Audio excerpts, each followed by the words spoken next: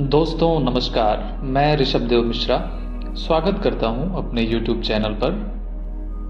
आज बातचीत करेंगे ब्रह्मांड से जुड़े एक बहुत ही रोचक और बहुत ही रहस्यमयी विषय पर। क्या आपने कभी महसूस किया है कि जब आप खुश होते हैं तो सब कुछ अपने आप बेहतर होने लगता है, जैसे रास्ते खुद ब खुद खुलते चले जाते हैं? या जब आप अंदर से टूटे होते हैं तो सारी दुनिया जैसे और ज्यादा भारी लगती है?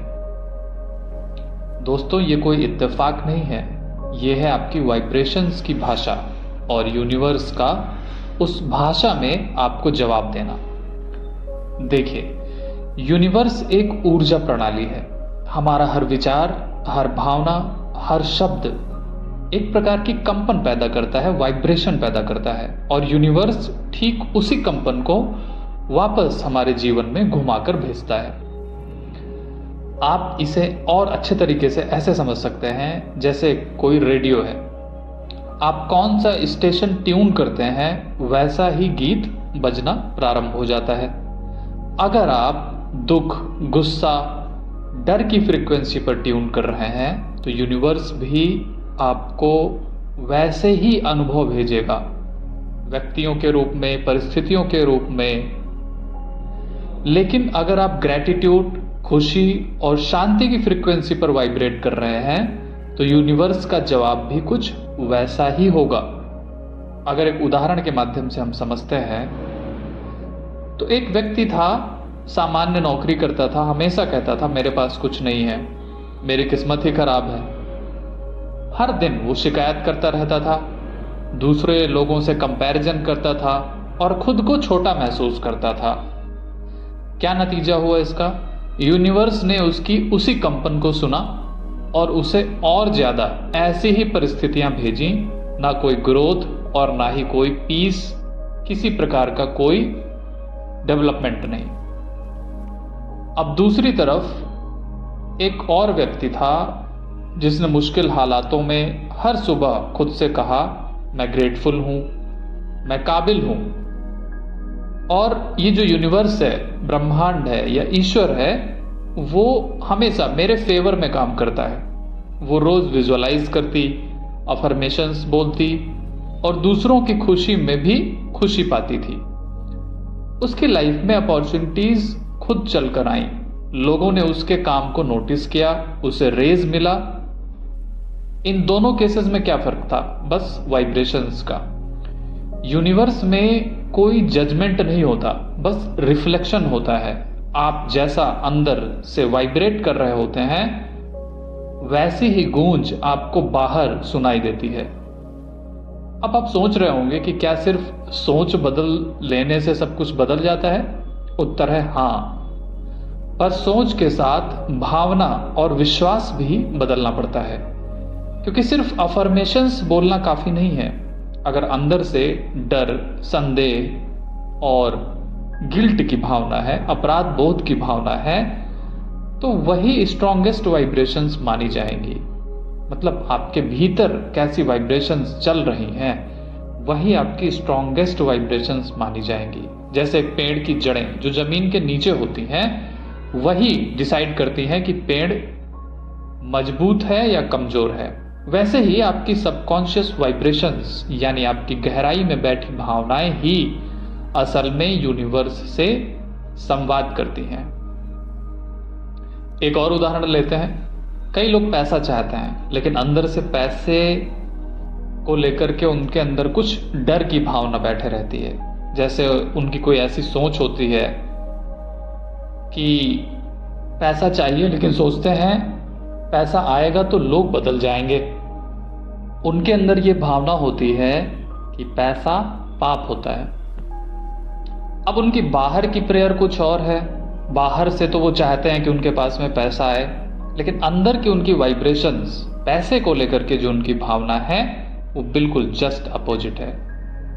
अब यूनिवर्स किसे मानेगा? यूनिवर्स वही वाइब्रेशंस के हिसाब से आपको रिजल्ट्स देगा जो गहराई से निकली हो, यानी भीतर की वाइब्रेशंस ज्यादा मैटर करती हैं। अब सवाल उठता है कि अपनी वाइब्रेशंस को कैसे बदला जाए। उस पर बातचीत करते हैं। तो ऐसा करने का पहला जो नियम है वो है अवेयरनेस, जागरूकता। सबसे पहले आप ये जानिए कि आप किस फ्रीक्वेंसी पर हैं,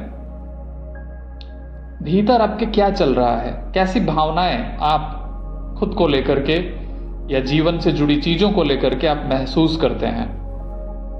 क्या आप हर दिन डर, कंपैरिजन, गिल्ट में जी रहे हैं या ग्रेटिट्यूड, ट्रस्ट और उत्साह में हैं? ये अवेयरनेस डेवलप करने की, आइडेंटिफाई करने की सबसे पहली आवश्यकता है। दूसरा है ग्रेटिट्यूड का प्रैक्टिस करना। हर दिन के लिए शुक्रिया कहिए। सुबह उठते ही कम से कम 5 चीजों के लिए धन्यवाद बोलिए।